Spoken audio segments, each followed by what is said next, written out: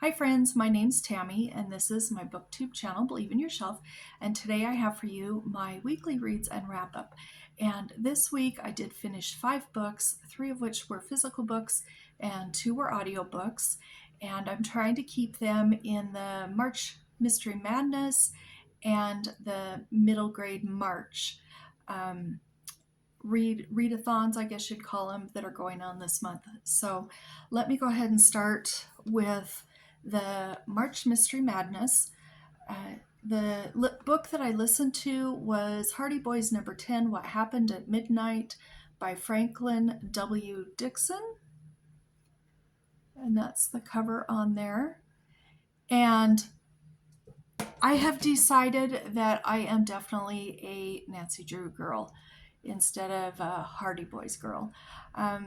I know Nancy Drew, she is perfect at every single thing she does. No matter what's happening, what situation it is, she's always the one that knows how to do everything. But in the Hardy Boys, one of the scenes in this book was the older boy, I think it was Frank, and maybe Frank's not the older one, but it was Frank, and one of their friends, Chet, was chasing a car that had the people in it had kidnapped Joe. So they're chasing along in the car, and the car starts to kind of sputter and dies out, and they pull over, and Chet says, "What's wrong?" And they open the hood, and I think it's Frank says, "Well, it looks like it was the fuel pump, but I knew the fuel pump was on its way out. So I bought a new fuel pump and put it in the trunk just in case." So they whipped open the trunk, and within minutes they had changed the fuel pump by themselves. And I was like, oh, brother. But anyway, and I did find that the Hardy Boys, I've read 2 or 3 of them now, and I found that they are in more of the physically dangerous predicaments, where Nancy Drew seems to be a little bit more realistic for their age. I mean, the FBI isn't coming to her to ask her to help them in the FBI like the FBI does with the Hardy Boys.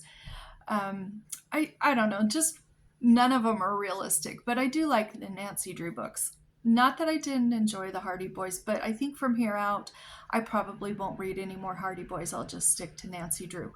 However, I did read it, and we're going to put okay, and I changed my bingo board also. I should tell you this.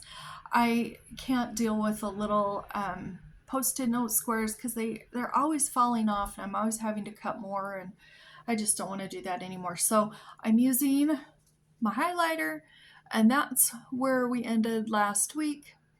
And I have a spot right here for 2 males, and so that square is what I'm using for What Happened at Midnight.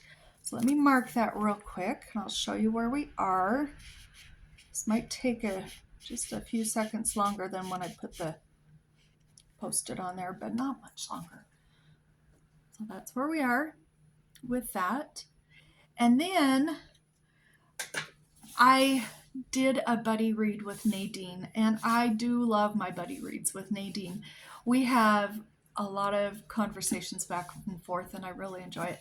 She, excuse me, she was on the fence about reading Rebecca by Daphne du Maurier, and I said, "Oh my gosh, you have to read it. I'll buddy read it with you. Let's buddy read it." And so we buddy read it together. This was her first read. This is probably my, I don't know, I've read it at least 6 or 8 times. I'm not sure. But we did read Rebecca by Daphne du Maurier, and that's my copy. And I enjoyed it just as much as I always have. I will say about Rebecca, I know exactly what's happening. I know what's going to happen. I know what each of the characters are going to do, and it never takes away enjoyment for me to reread it, because her writing, Daphne du Maurier's writing, is just amazing. And there's one particular spot in the book that's my very favorite, and that's when the second wife sees Rebecca's nightgown. And that's all I'm going to say about it. But that chapter, or that instance in the chapter, for, 6 or 8 pages probably is my favorite part in the book, and I really enjoyed it. Nadine loved the book too. I don't know what she would have rated it. I didn't ask her on that. Unless I did. I think maybe she gave it 5 stars, but I did give it 5 stars because this is really good. And if you like Rebecca, I would suggest reading My Cousin Rachel, also by Daphne du Maurier. And so where I'm going to put that is I have a little spot down here that says key.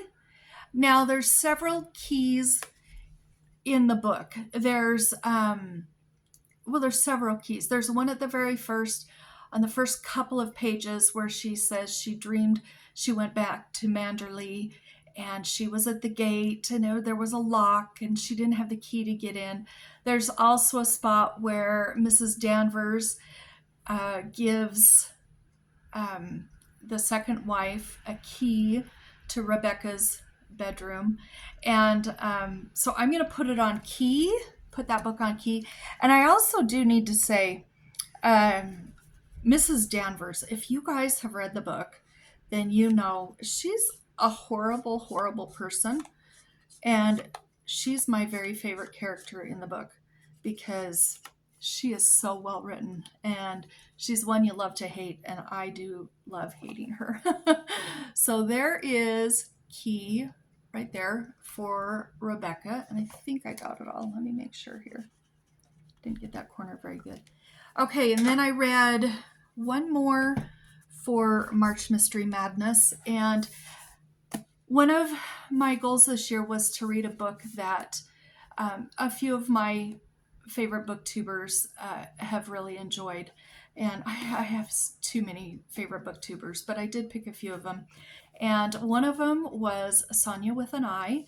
And Sonia's my booktube sister, and I just love her so much. But one that she had talked about was called A Most Agreeable Murder by Julia Seals.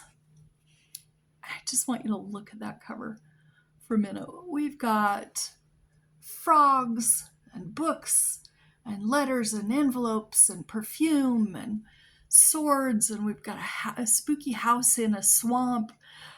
Isn't that a great cover? I hope you can see it. I hope my camera's focusing on that. Now this takes place, I don't know exactly when it takes place, but it reads like a Jane Austen book. And we have our main female character. Well, they live in a swampy area, and the person who discovered this area and started building it up and made it an area of not really a town, but kind of a village, wrote a book of rules for young women, and they have all these crazy, silly rules that they have to follow throughout the book. And she is not allowed to be interested in crime. Well, she's really interested in crime. She's interested in finding out somebody was killed and how the people solved the mystery and everything. And she knows she's not supposed to be caught at that, but she does love a good crime mystery. And there's so much that happens in this book. But one night, she and her family, her 2 sisters and her mom and her dad, get in the carriage and they've been invited to a dance and dinner. And they all get in and they go. There's several other families. There's a guy that's trying to take away their home. It's her cousin. And there's a guy that solves crimes, used to have this partner, and they went different ways, and that partner is also there. And there's the family that hosted this. There's just a whole bunch of people in here. And there's a horrible, horrible storm. And of course, they can't leave. And there is a body discovered, and there's a murderer, and then the story just goes. It's kind of, I guess, what they call a closed room murder mystery, because nobody can leave and they know they're there with at least one killer. And I thought this book was fun. I laughed in a lot of places. The first, maybe a little bit, I thought, oh, this is almost over the top silly. But the further we went, the less silly it got, the more serious it got, and the more into the mystery they got involved. So I did really like this. I think I gave this a 4-star or a 5-star. I don't remember what I gave this in my book, but I did enjoy this book. And there's a sequel coming out, I think in April or May, and I'm definitely going to see if I can get a hold of this because I would like to know what the next part is after this. So with this, A Most Agreeable Murder, okay, let me tell you why I'm putting this. If you look at the cover, we have a bunch of teal, but we also have some mint colors here. There's mint colored throughout. And I know mint could be a color, it could be a flavor, it could be a book that cost a lot of money. Mint could go a lot of ways, but I'm going to use mint just as it's one of the colors on the cover. So let me mark that one off really quick and show you where we are. So I'm filling up over on this end. This is looking good. Okay, then I have 2 more books to talk about, and these were just for middle grade March. And I listened to, this is the other one that I listened to, and it's called The Canyon's Edge by Dusti Bowling, and the cover says best-selling author of Insignificant Events in the Life of a Cactus, which I've heard of, but I don't know anything about. I've not read it, but that's what that cover looks like. Now you can see this canyon here. It's very narrow, and okay, so let me tell you about this book. This is about a young girl. She's probably 10 or 12, and there was something horrific that happened, and her mom is no longer with her. She just has her dad and herself, and her dad has become very overprotective, doesn't let her go to school, has moved them out kind of in the middle of nowhere, and it just kind of watches every move that she does. And she's feeling a little bit suffocated from that, but she's also just dealing with some trauma and missing her mom. And they decide one Saturday that they're going to go do some hiking. Now, I can't remember, is it called rappelling, where you go down the cliff? I think, or mountain climbing. I don't know which one it is. But they decide that they're going to go down to the bottom of this canyon, and they're going to look around and hike around, and then they will go back up with their equipment. And she and her dad get down there, and this huge flash flood happens. And her dad, last minute, is able to just shove her up onto a ledge that's above the water, but the water takes her dad downstream. And she's up there for overnight because it takes a while for the waters to go down. And then she comes back down to the bottom of the canyon and decides she's going to go look for her dad because, he's all she has left and she loves him so much. And it's a story of survival with her, also with her dad. And it's also a story of her working through a lot of traumatic feelings that she's been feeling this last year. And I did really like it, actually. I thought it was really good. One thing that I got thinking after I read this book was the books that are out for middle graders now versus the books that were out when I was a middle grader are so different. I mean, I loved Katie John. She's out, doing a lemonade stand and doing these different things. We've got, Mouse and the Motorcycle, and we've got Henry and Beezus, and all those that were mostly just really lighthearted books when we were middle graders. It wasn't anything too serious. We had Freckle Juice, we had How to Eat a Fried Worm, all those books like that. And it seems like most of the middle grade books nowadays have such hard topics. There are some really hard topics in all of these books, and I got thinking, why is that? Why have the books changed so much? But I think kids nowadays need to read books where other kids are put into very, very difficult situations and can come out of those okay. Because the lives our middle graders are living right now are vastly different than the lives we had as middle graders. I mean, these everywhere there's terrorism, and there's just all sorts of bad things happening within families, within neighborhoods, within areas you live, the country you live in, everything. It's just it breaks my heart knowing that I have a kindergartner and a first grader, and I get that text every week that they're doing a lockdown drill and they're doing a fire drill. They do more lockdown drills at the girls at school than even fire drills. And because there was even an instance of something in a town that's 15 minutes from us a couple of years ago where a boy brought a weapon, a gun to school.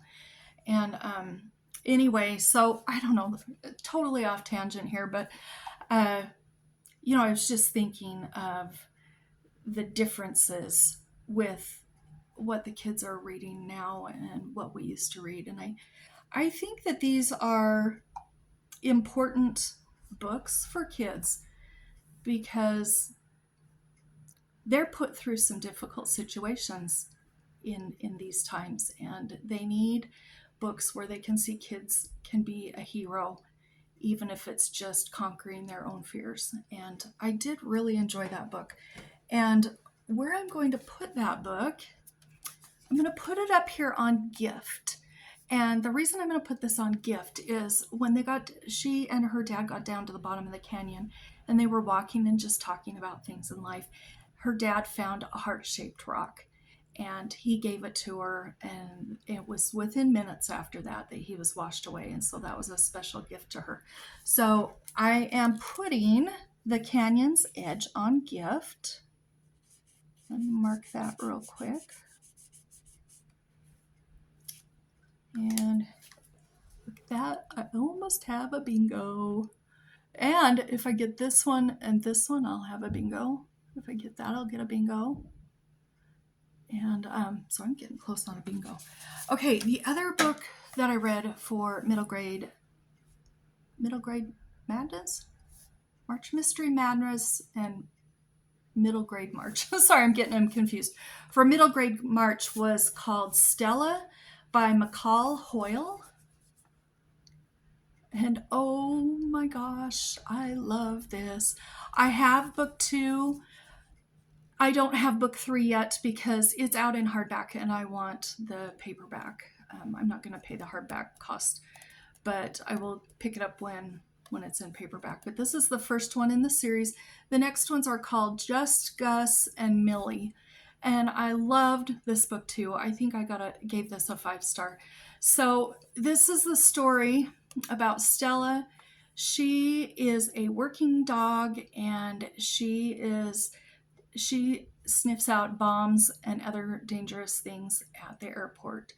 And she's with her handler, and something happens and her handler passes away. And she is kind of passed around in several foster homes because every noise scares her. She has PTSD and she misses her owner, and she's just having a lot of troubles. And she's actually just at the point where she's going to be put down. She's at the vet, and they're ready to put her down. And her handler's best friend comes in and says, I will take her, because she does train dogs for other things. And she says, I'll come in.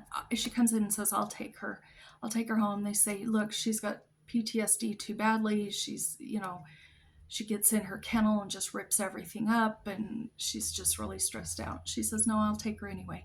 So she takes her home. She has a daughter, this little girl right here, and she has epilepsy and she has seizures.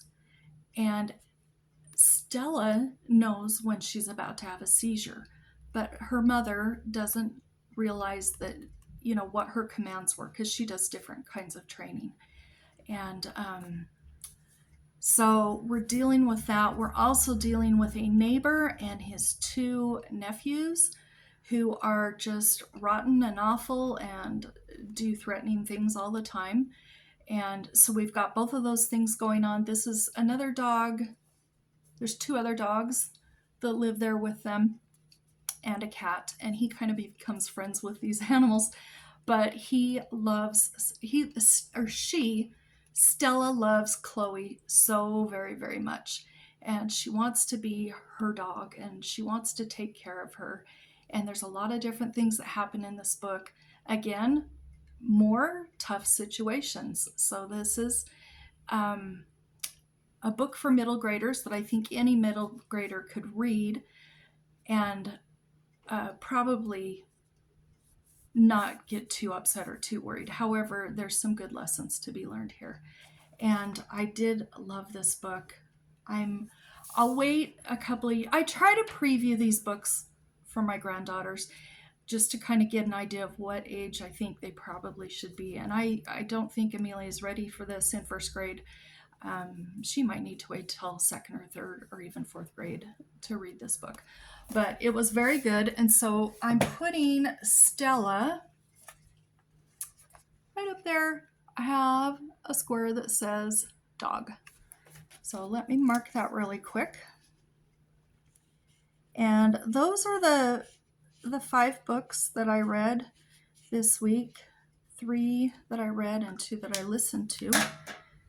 And that is where my bingo board is. So I've got a lot of possibilities. I've got to read this one and that one for a diagonal, 2 more for going down, 1 more for here for one going down, and I don't know, I'm just getting kind of close. So this is a fun bingo board, and I just wanted to show you where I was at.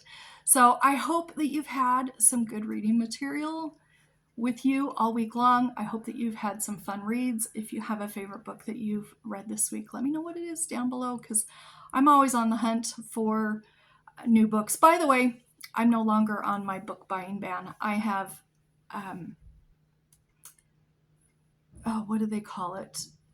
I have filmed ahead and done a couple of videos that will be coming up shortly, and I do talk about the fact that I am done with my book buying ban.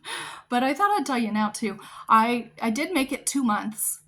In one of the videos I said, I made it 2 weeks. No, I didn't make it 2 weeks. I made it 2 months without buying books for myself, but I'm ready to be happy again. So I'll talk to you later. Bye-bye.